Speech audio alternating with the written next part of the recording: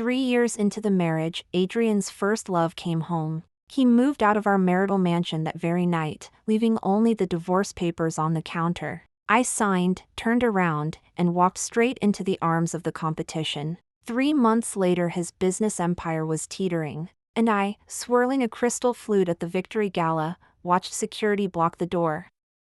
"Riley, where's your gilded invitation?" It was early fall in Riverdale. The night wind already carried a thin chill. Only one wall sconce glowed in the bedroom, a warm yellow halo floating above one side of the vast bed, limning Vivian's slight form. She had just showered, her hair was half dry, drifting across the silk straps of her nightgown, an iPad idle in her hands, her fingertips skating over the glass without reading a word. Downstairs, the low growl of an engine floated in from the drive, approaching, cutting off in the courtyard. Adrian's car. She glanced at the clock, 11:27 p.m., almost 2 hours later than usual. Footsteps followed, heavy and measured, the cadence she knew by heart. Tonight, though, the rhythm carried something extra, a deliberately leashed urgency. The bedroom door swung in, trailing a brighter slice of corridor light and the mingled sense of airport cold and a trace of whiskey beneath his aftershave. Without flicking on the overhead, he crossed to the walk-in closet. Vivian set the iPad down, slid off the bed, and padded across the carpet to the doorway. Adrian's back was to her as he yanked open a carry-on, one he seldom used, now splayed on the floor. Roughly he folded in shirts and tailored suits, then tugged open a drawer to seize his watch case and tie clips. "Business trip?" she heard herself ask, the tone oddly calm. His hands paused, he didn't look back. "Yeah." The zipper snarled shut, his voice muffled by the width of his shoulders. "Last minute. Where, and for how long?" She pressed on, nails curling into her palms, tiny crescents of pain. This time he turned. Light spilled from above, carving deep shadows under his brows so she couldn't read his eyes. His gaze skimmed her face for less than a second, then slid past to some vacant point behind her. "Vivian," he said, tone flat, almost irritated, as if eager to shake free of final obligation, "Sophie's back." Sophie. The name struck like an ice needle through the membrane of her ear, flash freezing her blood. She had pictured the moment countless times, each rehearsal ending in a flinch of cold dread. When the word finally arrived, her body registered only Jordan. Merely her fingertips turning colder. Silence pulled inside the closet, only the vent hissed overhead. Adrian offered no elaboration, 5 syllables, he judged, were sufficient. He hoisted the carry-on, stepped around her, and moved to the chaise where his briefcase waited. From it he drew a navy folder and held it out. "Sign it." Casual, as though discussing tomorrow's forecast. "The lawyers will finish up. The house is yours, plus the Riverside condo and the cars. You'll be taken care of." Navy leather, gold-embossed letters catching the sconce's cold glint, divorce papers. Vivian stared at those 2 words for 3 heartbeats, then lifted her eyes to him.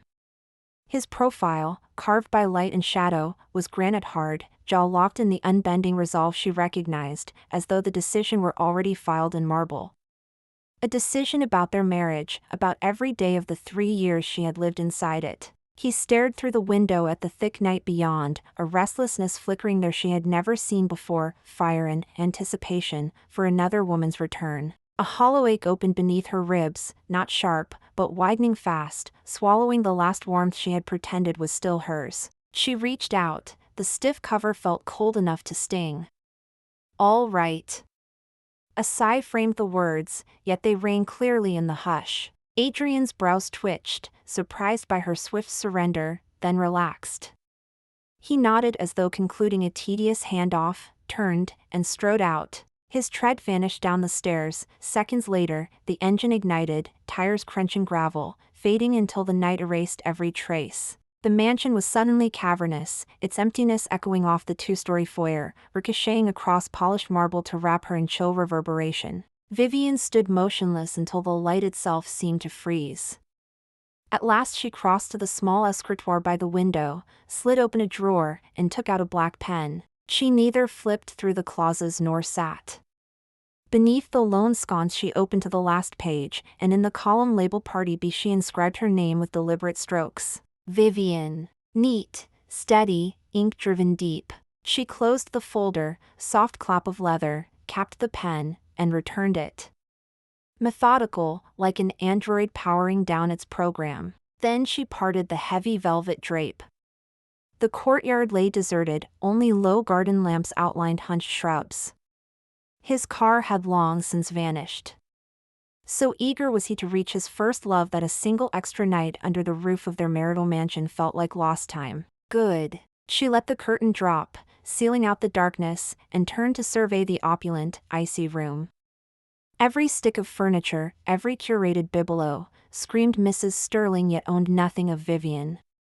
For 3 years she had played her role, quiet, correct, undemanding, and the performance had ended. She picked up her phone. The screen lit her pale face as she located a number she had never saved but knew by muscle memory. It rang twice before a man answered, voice velvet dark, background music pulsing. Well, Mrs. Sterling? Adrian knows you're calling me this late? Ignoring the taunt, she spoke levelly. Chase, that proposal you mentioned, does it still stand? The clatter on his end vanished. He must have stepped into a corridor. When he spoke again, the laughter was gone, replaced by honed steel. Absolutely.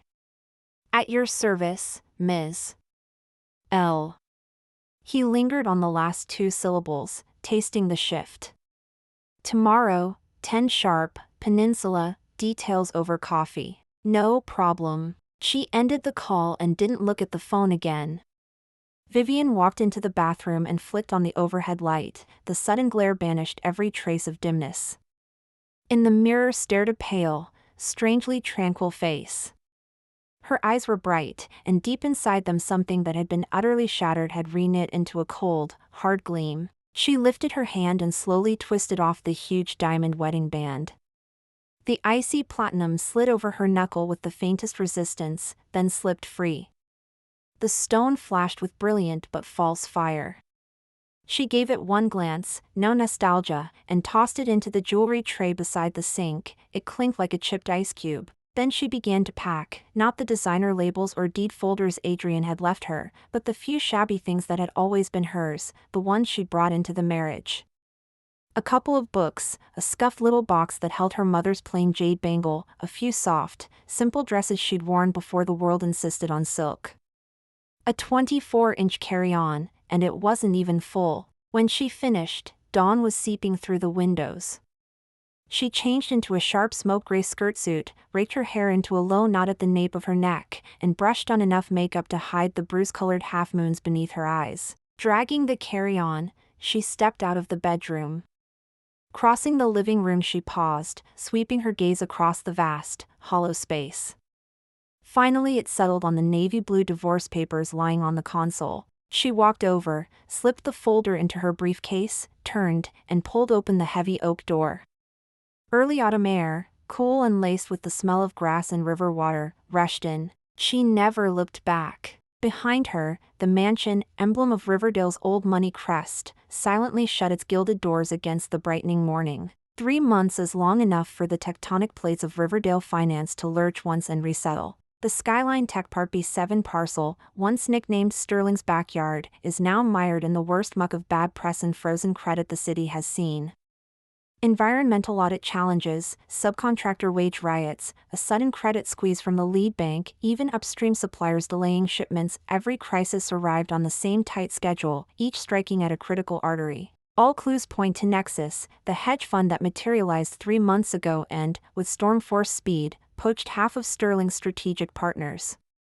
Its dealmakers strike like surgeons who have memorized the patient's arteries, fast, precise, fatal. More intriguing still is the fund's new director of investments, a woman no one has photographed. Whispers along the riverfront say she is young, gifted, and ruthless. Tonight, at the pinnacle of those whispers, Adrian, still the public face of Sterling, sits in the top-floor private dining room of the Summit Club, Riverdale's most discreet playground. Nexus is hosting its victory gala for the hostile takeover of Forge Tech. The smart home pioneer Sterling stalked for 2 years only to watch Nexus snatch it at the altar. Another steel beam snapped beneath Sterling's confidence. The lighting is flattering, the crystal chandelier spraying flecks of gold across champagne towers and bespoke lapels. Cigar smoke curls through perfume and triumph, low laughter knits a shimmering net of entitlement. Vivian lounges on a sofa by the window, removed from the orchestra of toasts. Half the city's glitter spreads beneath her like collateral. She wears a simple black velvet gown cut to follow the clean lines of a body that's become leaner, harder. Her hair is twisted up in an effortless knot, her makeup is understated, masking the last chalky ghosts of the woman who once apologized for breathing. In her eyes lives a jade-like polish, cool, luminous, untouchable. She swirls a crystal flute of Barolo, the wine climbs the glass in slow, deliberate legs. Executives drift over to pay homage. She greets them with a smile that never trespasses into warmth, answers in even sentences, neither servile nor haughty. When the party peaks, Chase, Nexus heir and co-host, escapes a ring of flatterers and drops beside her, stretching out his long legs. The architect of our triumph, hiding in the corner? His smile is lazy, his eyes bright with champagne and candid admiration. The old guard downstairs are dying for another glimpse of Ms. L. Ms. L is only a label, Vivian answers, gaze still on the faraway Hudson spark. The one who deserves the spotlight is you, and the capital you command. Cut the modesty, he murmurs, leaning closer. What's the next move? He's bleeding from B7, but Adrian won't sit still. Then we keep him too busy to do anything but sit. Chase lifts a brow, waiting. She doesn't elaborate. Instead she glances toward the door, where a faint commotion ripples under the music. A waiter is murmuring apologies, a tall silhouette pushing past. The double doors swing inward just as the band decrescendos. Conversation near the entrance falters, then dies. Adrian steps inside. His charcoal suit is immaculate, but the knot of his tie has surrendered, a few dark strands have escaped the usual helmet of grooming. 3 months of sleepless damage show in the purple crescents beneath his eyes, and the clenched tendon along his jaw. He carries no glass. His gaze sweeps the room like a landlord counting cracks, heavy with reflex authority, but tonight the weight is laced with rage, and a thin, almost chemical desperation. The surge beam stops at the window sofa, narrowing to a single target, Vivian. Shock flickers first, then disbelief, then the cruel click of comprehension. All of it calcifies into Arctic calm. He stands pinned between chandeliers and velvet drapes, a predator caught in his own steel trap. Vivian meets his stare without flinching, her expression wiped clean of the polite half-smile she offered everyone else. She watches the tempest roil behind his eyes, watches him understand exactly who has been writing his losses, and she does not blink. Chase rose, sliding half a step forward without seeming to, and pinned on the bland, faintly distant smile he wore in every boardroom. Riley? Look who's slumming. When did you find the time? As I recall. Nexus never mailed Sterling a gilded invitation to tonight's victory gala. The words were soft, yet in the sudden hush they cut like a scalpel. Adrian ignored the bait. His eyes were welded to Vivian as he advanced. Leather soles bit the thick carpet in silence, but each footfall felt like a plucked wire, tighter and higher, ready to snap. He stopped 3 paces from the sofa. This close, the faint nicotine on his clothes mingled with the cold smell of toner and screens that clings to every corner office. Vivian. His voice was raw, as if he hadn't used it in days, or as if too much feeling had scraped it hoarse.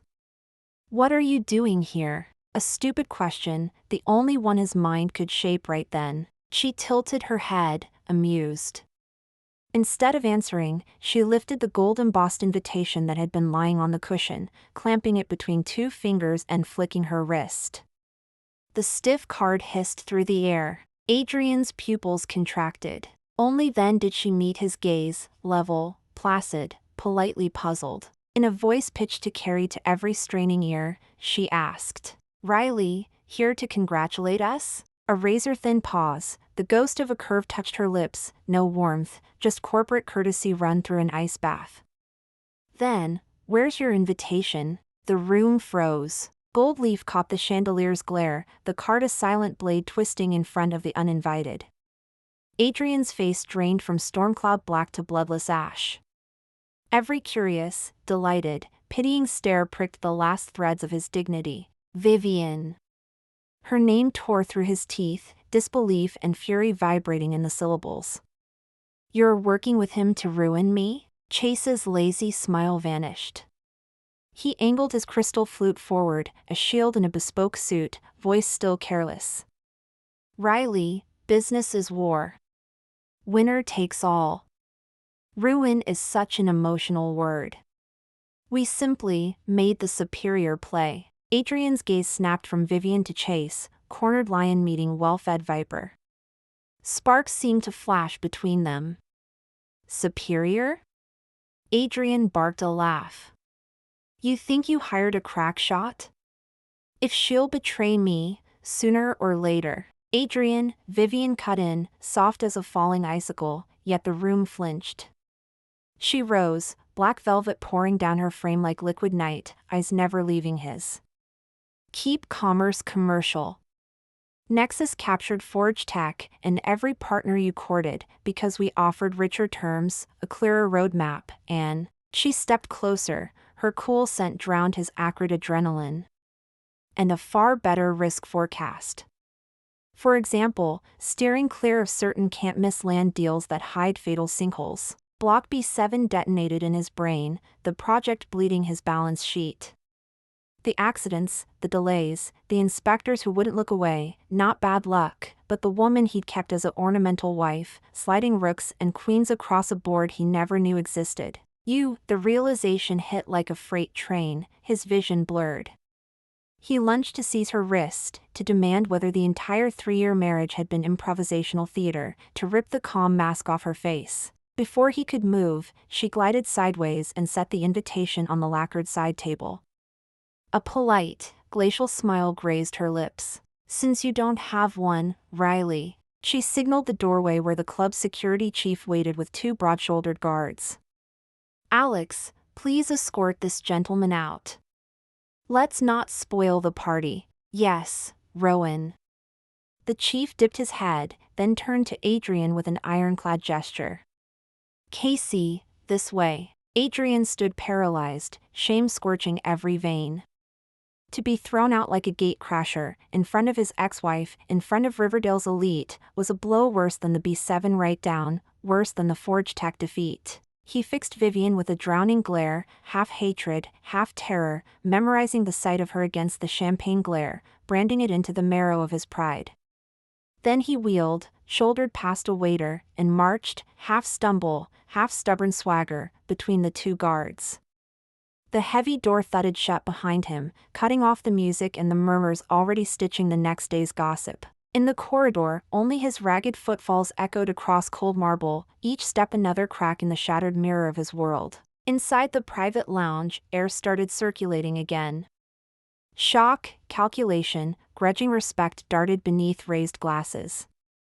Chase lifted a hand, the volume rose, fresh flutes circulated, smiles clicked back into place as though the previous minutes had never happened. But everyone in the room understood that something, irreversibly, had shifted. Chase stepped to Vivian's side, offered her a fresh flute of champagne, and tapped his own crystal rim against hers.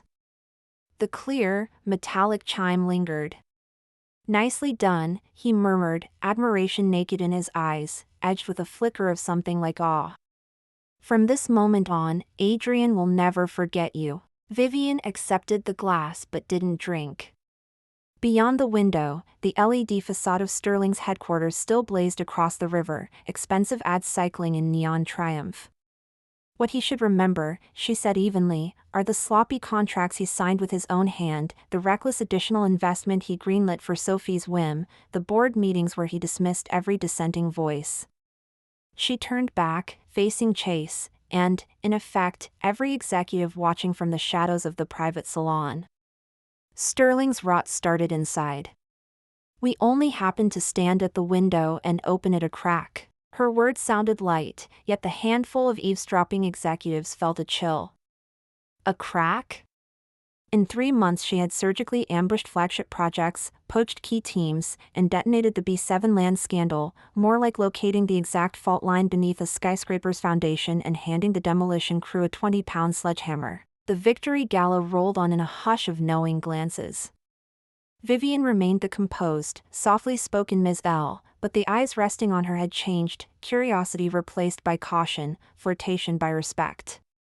She was no longer the indistinct valuable assistant beside Chase, she was the woman who had backed her ex-husband, the Titan himself, against a wall, and no one dared underestimate her. Late that night the party finally broke. Vivian declined Chase's ride, ordered her own car.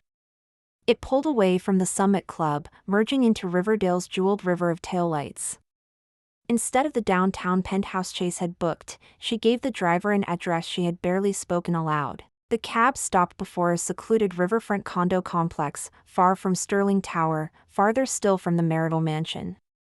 With part of her divorce settlement she had quietly bought the flat, modest, yet perched above the water, decorated in monochrome calm, an echo of her present mood. Standing at the floor-to-ceiling window, she gazed at the flowing galaxy of city lights. Her phone vibrated in the hush. "Chase, home safe?" he asked. "Yes. After tonight Adrian won't play clean. Expect dirtier tricks," he warned. "I'm counting on it," Vivian answered, watching her own ghost in the glass. The more frantic he gets, the wider the cracks. Leak the B7 environmental audit and that sham subcontract to the press. And the offshore shell he bankrolled for Sophie, how's that trail? A low, appreciative laugh drifted down the line, the sound of a chess master meeting his equal. "Almost nailed. Classic round-trip wiring, smells like money laundering. Once it hits daylight he'll choke. But, are you certain? After all, we were once married?" Vivian finished, voice flat. "The instant I signed the divorce papers we turned into market rivals. Mercy for an opponent is cruelty to yourself. Remember, Chase, we're allies." 2 beats of silence. "Understood. Files in your inbox by dawn." The click of disconnection filled the room. She left the overhead lights off, a single floor lamp painted a yellow oval on the parquet. At the minibar she poured 2 fingers of scotch over ice. Amber rolled, cubes cracked, a faint music against crystal. She carried the glass back to the window but didn't drink. Merciless? Maybe. Yet weighed against the empty manor, the icy settlement documents, the night he'd wheeled his carry-on out to chase his first love without a backward glance, this handful of ruthlessness felt like feather dust. She remembered the early months of their 3-year marriage, how she had tried, clumsily, earnestly, to reach him, to know him, even to please him. His gaze had always skipped past her, his hours belonged to Sterling and to friends, his patience, rationed in minutes. Sophie's name hovered like an invisible burr under the silk of their union, untouchable, irremovable, always aching. For 3 years she had learned silence, learned pretense, learned to swallow every grievance in vaulted bedrooms at 2 a.m. Not that she'd lacked capability, only that she had once believed love required sacrifice. Then came the evening he pronounced her finished in 5 clipped words and vanished with his luggage, and she understood, the thing she'd squandered wasn't merely a career, it was the radiant self she could have been. Ice thinned in the glass with a soft fizz. The phone screen lit again, an alert from a financial wire. Sterling Industries B7 project under fire, suspected insider tip, shares braced for morning plunge. She flicked it away without expression. Only the opening act. She tipped the cold liquor down her throat. Alcohol scorched, then bloomed into steady warmth that reached her fingertips. Morning confirmed her forecast. Sterling dominated every headline, the B7 environmental scandal and contractor dispute detailed page after page, documents irrefutable, charts damning, management chaos, profit obsession. Shares gapped down at the bell, market cap vaporizing billions within minutes. Adrian scrambled into damage control, convened an emergency press conference, blaming individual staff error and unscrupulous partners. Before his sentence ended, a second blast detonated, an anonymous dossier to regulators exposing Sterling's funneling through an offshore shell whose beneficiary list featured, in bold, the recent constant companion of the CEO, one Taylor. Public opinion exploded. A corporate stumble had fused into a tale of sex, greed, and suspected illegality. Investigators marched into Sterling Tower, bankers' demands jammed the switchboard, erstwhile allies sprinted for the exits. Adrian's credibility cratered. Red-eyed, voice hoarse, he sprinted from interview to interview, desperate for a firewall. He tried locating Vivian, hunting the anonymous whistleblower, but found only dead ends. She had evaporated from his world, yet seemed to suffuse it, each strike surgical, frigid, unmistakably her signature. He dialed her old number, disconnected. Staked out places she might appear, always foiled by Chase's people or by Vivian herself. Finally he swallowed pride, asked mutual acquaintances to pass messages, nothing came back but silence. A week later the board summoned an emergency session. Major shareholders, allied at last, tabled a motion, citing serial catastrophic decisions inflicting irreparable loss and reputational damage. They demanded Adrian's removal as chairman and CEO. The meeting was held in the top-floor boardroom of Sterling headquarters, the atmosphere heavy as iron. Adrian sat at the head of the table. In just a few short weeks he seemed to have aged 10 years, his tailored suit hanging loose.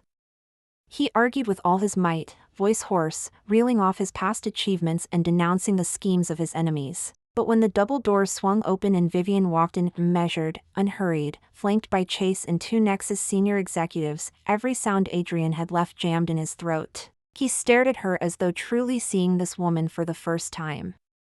She wore a razor-sharp navy skirt suit, not a hair out of place in her chignon, makeup flawless, eyes bright as a bared blade. She was no longer the silent shadow at his back, no longer the woman who had watched him with icy disdain at the victory gala. Today she came as the hunter, capital and leverage in hand, ready to carve up his empire. "Vivian, how dare you?"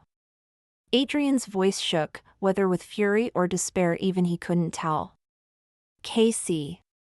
Vivian took the guest seat that had been left for her, gaze gliding over the directors' uneasy faces before settling on Adrian, tone clipped and professional. Nexus has been engaged by certain Sterling shareholders to participate in today's discussion on the company's future strategy. Here is our proxy, she signaled. The counsel beside her slid a document to the center of the table. Black ink on white paper, agreements transferring voting rights from several significant shareholders to Nexus. Furthermore, she continued before Adrian could react, voice steady, given Sterling's deteriorating finances and the massive exposure on Project B7, Nexus is prepared to provide emergency bridge financing and participate in the upcoming restructuring. Our condition, she leaned forward slightly, hands folded on the glossy table, eyes locked on Adrian's blazing pair. Is that Casey resign from all board positions? In your dreams. Adrian shot to his feet, chair legs screeching. He braced both hands on the table, body pitched forward like a cornered beast. "Vivian, don't push me. Avery is the kingdom I built with my own hands." "Avery?" Vivian echoed softly, a faint, almost pitying curve to her lips. "Adrian, look closely. How much of your Avery is even left?" The foundations were rotted by your own blindness and ego. Now it needs someone who understands business and respects rules to save it, not a deluded monarch who'll drag it into the mud. The word monarch cracked across Adrian's face like twin slaps. Several directors flinched. The room fell deathly still. Even those who had backed Adrian moments ago began to avert their eyes. Chase spoke up, casual yet unassailable. "Numbers don't lie. You all know the stock price, the debt, the potential write-offs these doomed projects carry. Nexus offers the only lifeboat in sight. Choice is simple: stay aboard a sinking ship with a captain who's lost the helm, or change course and live." The vote was a foregone conclusion. Faced with cold hard interest, loyalty and sentiment crumbled. Adrian was stripped of every title. When the meeting broke, Adrian sat like a statue hollowed from within, the last crimson rays stretching his solitary shadow across the empty boardroom. Vivian was the final to leave. She stacked her files, paused at the door, but didn't turn. Adrian, her voice rang clear and glacial in the hollow space, when you signed the divorce papers you said I'd get what was mine. Today I've returned what was yours. As for Sophie, she glanced sideways, catching his ashen profile in her peripheral vision. Maybe ask her which offshore account the bulk of that shell company's money finally reached. Love makes people blind, but greed leaves a very clear trail. With that she stepped out, pulling the door shut behind her. Outside, Riverdale glimmered under the first lights of evening. Her new era had only just begun. 1 month later, Sterling Group officially announced a strategic restructuring with Nexus Capital. Sterling was renamed Nexus Sterling United Industries. Chase became chairman. Vivian, representing Nexus, joined the board as executive VP, overseeing strategic investments and distressed asset disposal. The once invincible Sterling empire had changed its flag. That same day, a tabloid caught Adrian at the airport, alone, gaunt, boarding an international flight. The first love he had once raced toward, Sophie, was nowhere in sight. Sources said the two had already split in a furious row before his ouster, Sophie draining the last liquid dollars from his personal account and vanishing. Vivian saw the item on her riverfront balcony at dawn, skimming emails. She flicked the headline away without expression. Her phone chimed, Chase. Morning, Ellis. Ready for the board pitch on Southeast Asia expansion? Materials sent, she replied, sipping black coffee, eyes on the Hudson where sunrise shattered into gold. Check your inbox. By the way, he added lightly, there's an industry summit tonight. Rumor had it former Riley was invited, just got word he declined. Guess he couldn't face the crowd. Vivian watched the river merge with the bright horizon, voice calm, he's irrelevant now. Her war was no longer measured by one man's ruin, it was the vast ocean of commerce ahead, the constellations waiting for her claim. Wind lifted off the water, cool and brimming with possibility, tugging loose strands of hair as she faced the light.